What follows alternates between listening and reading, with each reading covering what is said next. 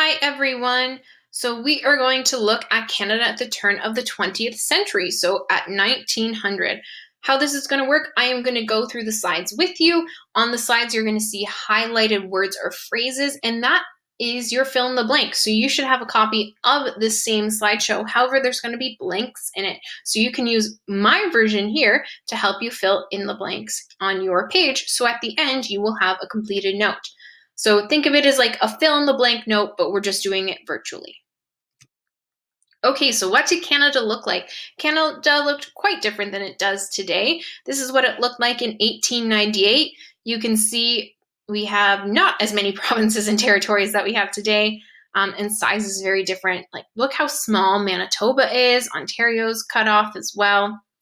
Then we jump over to 1905, and we see the addition of two of our prairie provinces here. We have Saskatchewan and Alberta. So we're starting to see Canada develop more into the country that we know today, and we're expanding in our provinces and territories.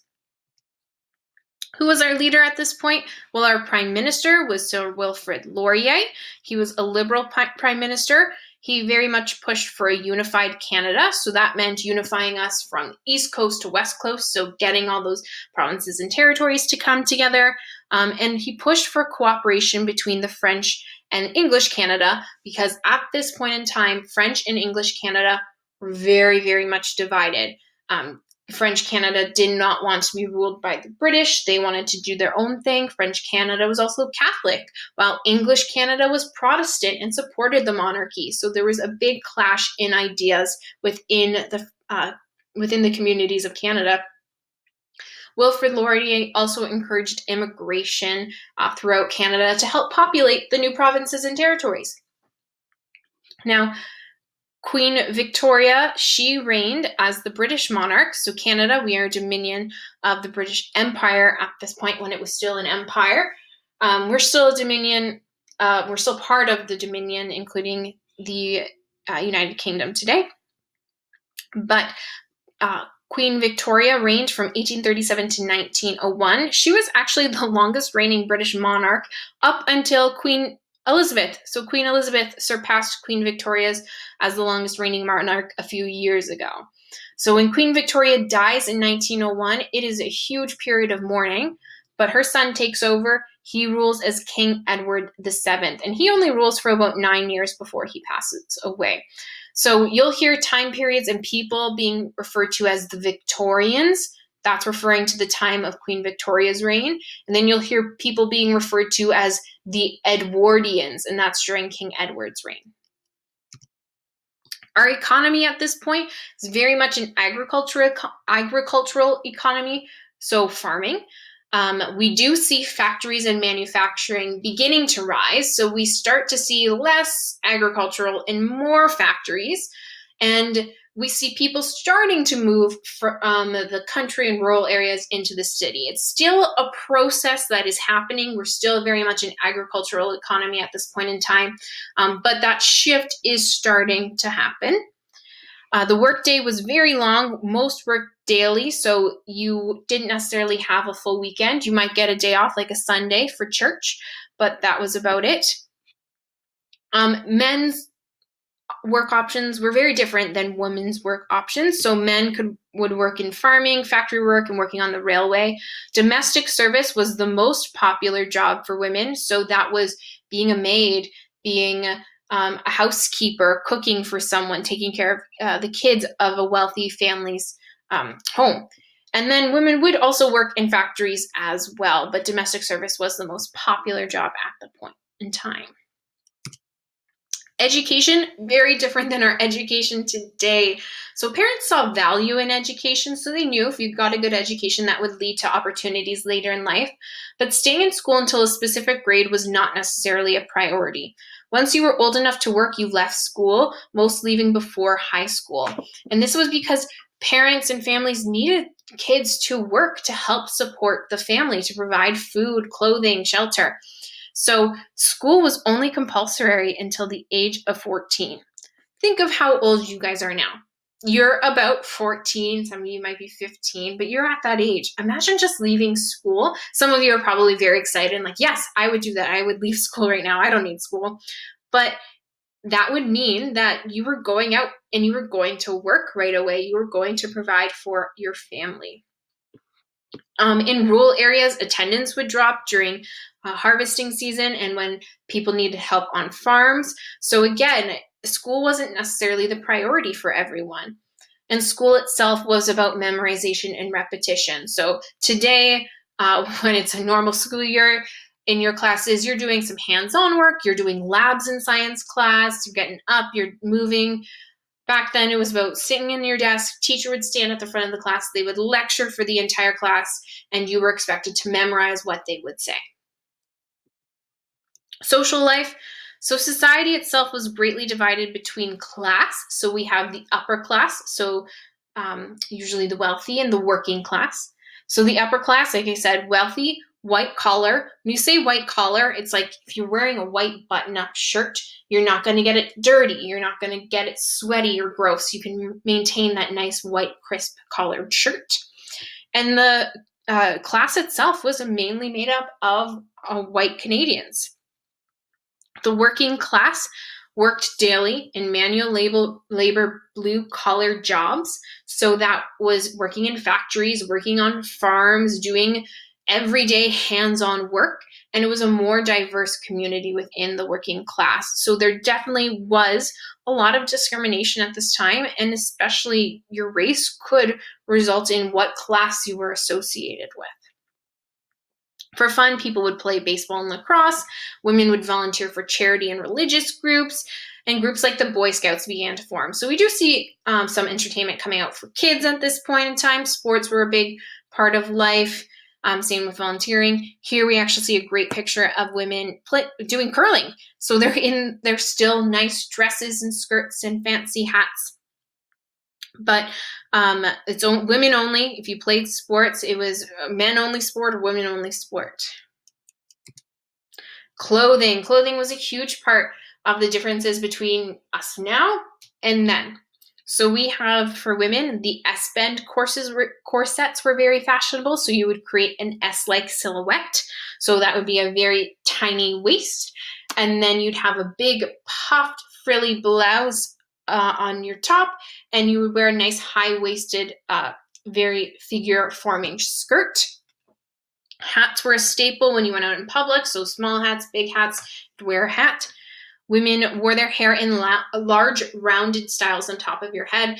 Usually only younger girls would wear their hair down, usually in braids or just down and around their shoulders. And when you were older, it was seen as a big thing that you would actually get to wear your hair up. Men wore three-piece suits with a bowler hat or cloth cap. Older gentlemen tended to wear beards, while younger gentlemen wore mustaches or short hair. So here we even see a class divide in the type of clothing as well. So we have the upper class men, you have that three-piece suit with the vest, high white collar shirts, the bowler cap, even get the style of the mustache in there. Women, again, big frilly dresses and skirts, the big hats. Over here on the working class, these are working class men, so they are in what they were working in. So we have the overalls, the sweaters, not as crisp and clean as the suits, and the cloth caps here. Working class women, I actually think that the clothing of the working class women is pretty close to what the upper class women would wear to an extent. Obviously, it's not as over the top and frilly, but you still have the same silhouettes and the same concept of the high-waisted skirts, a frilly blouse, and that same hairstyle. Music. So the gramophone was invented in 1894. So you would be able to listen to music in your own home for the first time. And you still had to go out to hear most types of music, but for once they could actually have music in your home and you could dance in your home. Today, we're so spoiled with things like Spotify and your iPhone, or if you have an iPod still, anything, you can listen to music at any time. Back then, you had to go out to hear music, and now you could actually listen to it in your home. Opera and orchestra style music was very popular, so classical style. ragtime was growing in popularity. So it started with the Black American communities in the US and grew throughout North America. It is a very fast-paced music type. It's actually what led to jazz later on. And one of the most popular bits of music is The Entertainer, and that was by Scott Joplin, who was a big ragtime composer at this point in time. If you click the link, you'll be able to listen to The Entertainer, and I can assure you, you have probably heard this in some form throughout your life. Inventions at this point in time, we had quite a few different inventions, some that were highlighted. We got the vacuum cleaner, so this is the vacuum cleaner here. Wasn't necessarily something you would just go out and buy for your house. Someone would push this down the street and offer vacuum cleaning services. We have the teddy bear. We have the first flight of a powered airplane, so by those Wright brothers that you might have heard about. The first electric washing machine, and the Model T Ford, which was an affordable car. So there was cars before this, but it was actually affordable to the general public, and it led to the first large-scale moving assembly line. So that's actually what we use in manufacturing a lot today. Like a car goes down an assembly line as more parts get added to it, and different people work on different sections of the car as it moves throughout. So it wasn't a very efficient way to actually manufacture. Here we have examples. This is the Mighty Thor washing machine. This was revolutionary for women because women were the ones mainly doing laundry in the home. It would be an entire day's task because you were doing it by hand. You'd have to get the water. Most houses didn't have running water, so you had to go to a pump, or maybe you'd have a pump in your kitchen. You would have to boil the water, stir the clothes in the water and the soap, scrub the clothes, wring out the clothes. It was a huge process. This was a motorized washing machine that would actually essentially spin the clothes within it. And then you still had to wring it out by hand and dry it, but this was a huge step.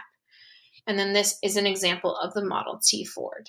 Again, modern wheels on it because this is a modern restoration of one, but you get the idea. Health and science, so viral or bacterial diseases and infections are the main cause of death. We don't have those antibiotics that we have today. Surgery is very experimental, but there's anesthesia, so you might not necessarily know what the surgeon is doing, and the surgeon might not know what they're doing, but at least you can have some anesthesia and avoid some of the pain. Aspirin has come out as well. For sciences, most Canadian homes still use oil lamps, so they are not fully with electricity. You can lease a phone for $5 a year. And a lot of times when you would lease a phone, if you would get a phone line, you would be sharing it with other people. So it wasn't just you. So if you picked up the phone to call someone, you didn't necessarily have the ability to call someone right away. If someone else was on the line, you had to wait for them. Electric lights are starting to appear on city streets as well. So you can see it here. We have telephone lines going on and more electrical lines going up throughout the cities. Immigration. So immigration was a huge part of this time in Canadian history. So like I said, Wilfrid Laurier very much pushed for immigration, and that was, again, to populate different parts of Canada. Now, do not forget that these parts of Canada that, like Alberta, Saskatchewan, they are already populated with the First Nations community. There are people on this land, but the government of Canada does want to bring in immigrants and make them Canadian and essentially still push the First Nations out of their land and popularize the land in a way that is acceptable to the Canadian government, so by farming and other ways. So when you are immigrating to Canada, there is an immigrant hierarchy. So one group of people is seen as more wanted than the others. At the top of that hierarchy, if you were an immigrant and you were white, you were British, so somewhere else within either Britain or Scotland, and you were Protestant, you were at that top of the hierarchy, you were preferred. Immigrants from Eastern Europe were encouraged due to their farming experience, and we'll talk about that in a little bit.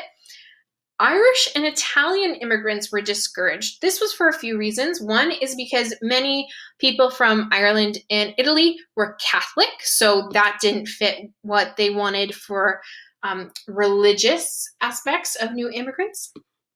And several years beforehand, at mid 1800s, we saw the Irish famine, and many people were leaving Ireland and coming to Canada. And when they were coming to Canada, they were poor, they were hungry and starving. And when they arrived on the shores of Canada, people were horrified from what they saw. They saw these Irish immigrants as dirty, as filthy, as bringing in disease. And it very much created a bad image of Ireland and Irish people. So people from Ireland were actually discouraged after that.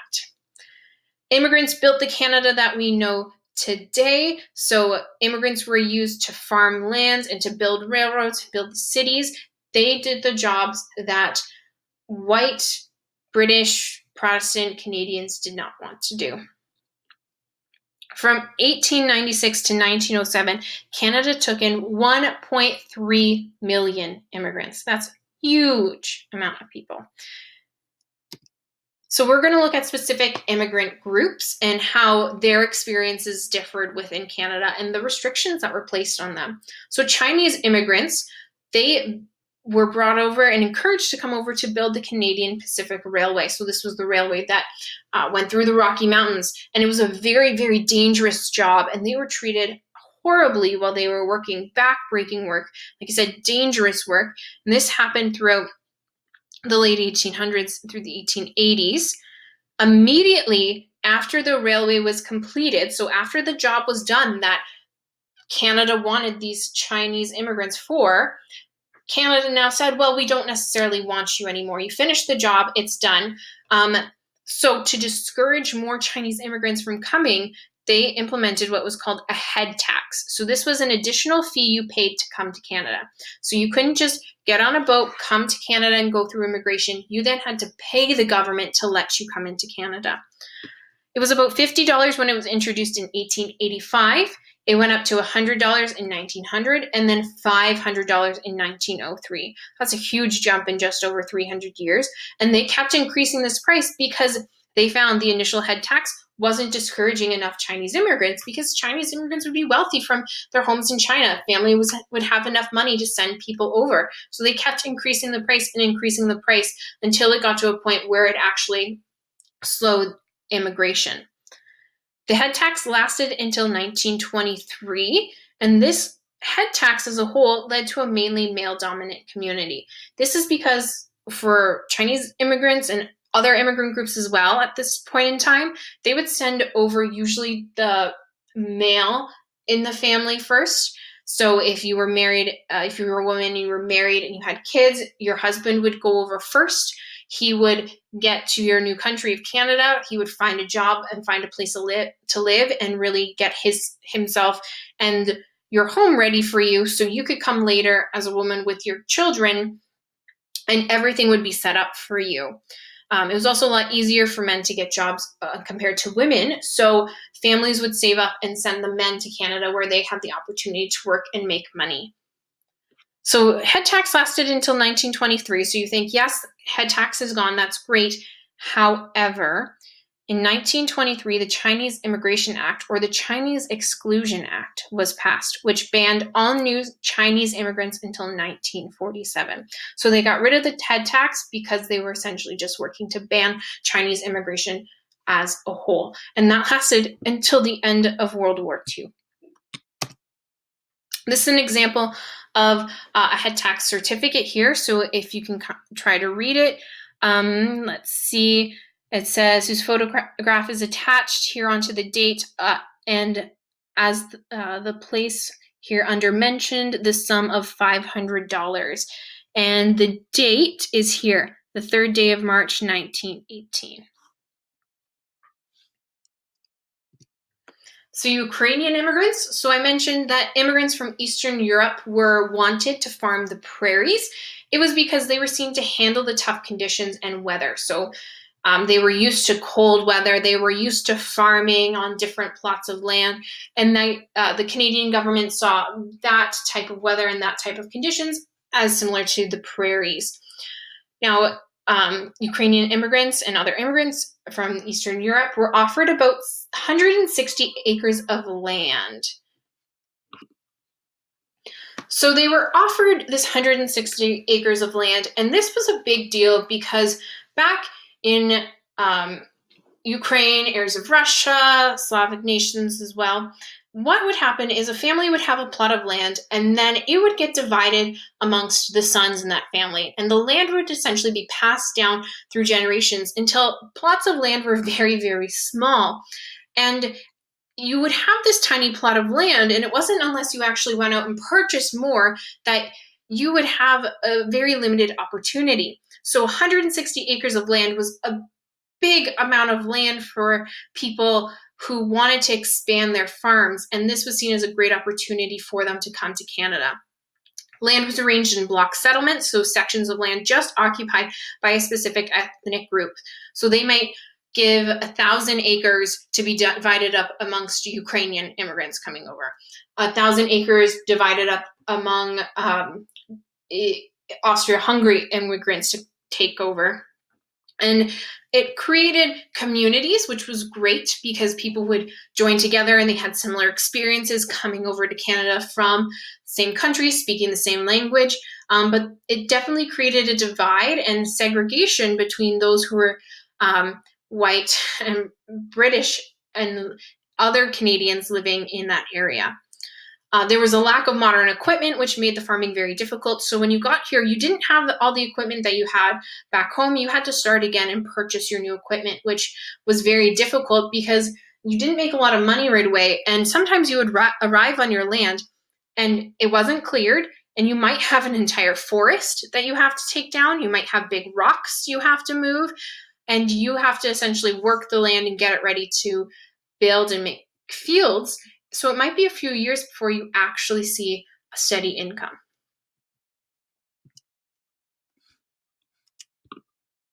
So here we have examples of ways Canada would advertise to immigrants. So we have a propaganda poster here. We'll talk about propaganda a little bit more in depth later, but essentially it's a poster trying to get people to come to Canada. So it is a way, it's advertising. It's essentially advertising Canada, but it's a very one-sided view. So it's usually pretty positive. In this example, we see Canada West, the last, the best West. So it's trying to show how beautiful Canada is and how much you can do in Canada here with all these examples of different ways you can work the land, how it's a big land of opportunity. This is an example of an arch that was erected, I believe it was even in London. And it's a huge, extravagant arch. Imagine walking down the street and seeing this. And it says, Canada, free homes for millions. God bless the royal family. So it's encouraging people to come and build their home in Canada. And you have this huge population within the city of London. You know what? Maybe the family needs more opportunities. They want more places to spread out. So Canada offers that to them. And it's this big ornate arch. Imagine going to Toronto today, walking down the street and seeing some big display like this for homes in the United States or homes in Germany or homes in Australia, anywhere. It would catch your eye. And you know what? If they're offering free homes or offering something good enough, you might even consider it.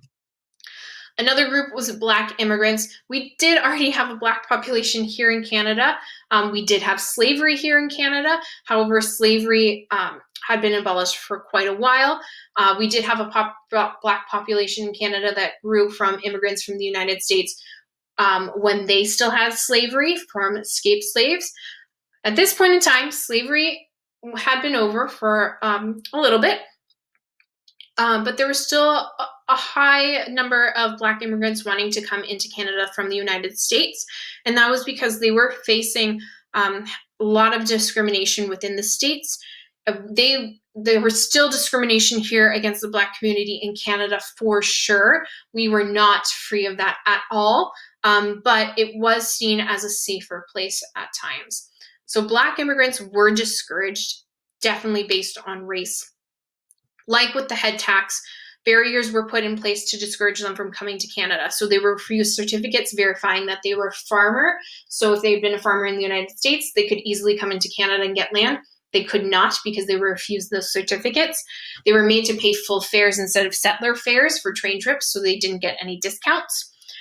And medical examiners were bribed to turn Black immigrants away. So when you immigrated to Canada, you would go through a medical exam, and they would essentially make up reasons why these Black immigrants were not fit to come into Canada. In 1911, the government wrote an Order in Council. So an Order in Council is essentially a rule or a guideline that they want to put in place within an act. So think of it as just like a piece of paper that has a rule or a guideline that the government wants to put in place.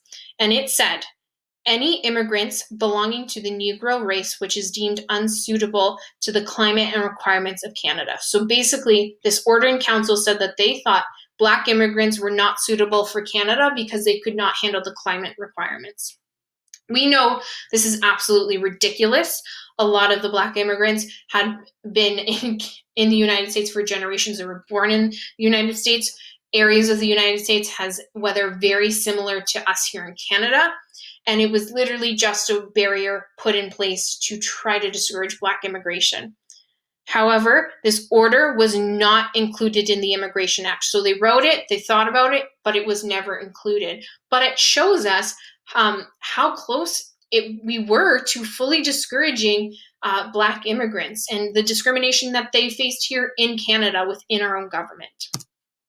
And this is an example of the Order in Council, signed by Wilfrid Laurier. The Komagata Maru. So this was an incident that occurred against immigrants from India and South Asia. So a ship carrying just over 350 prospective immigrants from India and South Asia arrived in Vancouver in May 1914. They were not allowed to dock, so the ship had to remain floating out away from land, which cut off contact to those on land and restricted food and water. They were not allowed to dock because Canada had restrictions on Indian immigrants. There were a lot of rules and barriers that were put in place. So if you were coming from India, you had to come to Canada directly from India. The ship could not stop anywhere else. And that was not possible at this point in time. Ships were stopping all along the Asian coast from India. They would stop at several countries before actually getting to Canada. And that was just the way the routes worked. And then they also had to have at least $200 on them when arriving, which was 8 times more than required by white immigrants. So again, these barriers were put in place, and those on the Komagata Maru were not seen to have met these restrictions or needs from the government at the time. So Vancouver's Sikh community, because many of those on board were Sikh, hired a lawyer to fight the case. So they wanted to bring it to court to essentially fight the government. Others had fought the government in the past. There had been an example where someone won the case. However, they lost the case. So the Komagata Maru was not allowed to dock. People were not allowed to get off to immigrate to Canada. There were a few people who got off because they had already been living in Canada. They went to India and came back on the Komagata Maru. They were allowed to get off. The majority of those on board were not. The ship was forced back to India. When they arrived, those on board were seen as revolutionaries, and an altercation took place. So word had got back about this ship that had tried to go around the rules and had tried to dock in Canada. And the British Empire held India at the time. There was British authorities within India. So those on the ship were seen to be going against the British Empire and the rules of Canada, which was connected to Great Britain. So those on board were seen as rebels and revolutionaries, and a fight took place. 16 of the passengers were killed, 200 were imprisoned.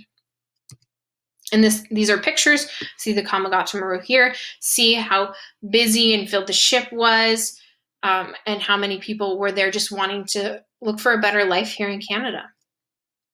So those are the immigration groups. We are going to continue to look at the different experiences and different populations of other groups within Canadian history throughout this course. So now we're going to look at the women's perspective at this time. Women couldn't vote in federal elections. Divorce laws were very strict. So you could vote in a provincial election, which was good, but it was very difficult to get a divorce. You sometimes had to prove that they were cheating on you. Usually it was preferred if the husband would divorce his wife. And then if you got a divorce, you were looked down upon. It was not seen as a good thing.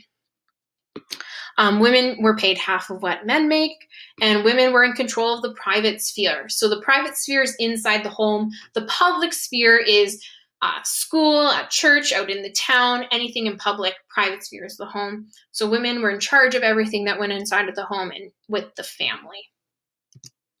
The First Nations at the time, they were governed by the Dominion and the Indian Act. So there were severe limitations and restrictions placed on them as their land was being stolen from them, as they were being forced to try to assimilate into white culture.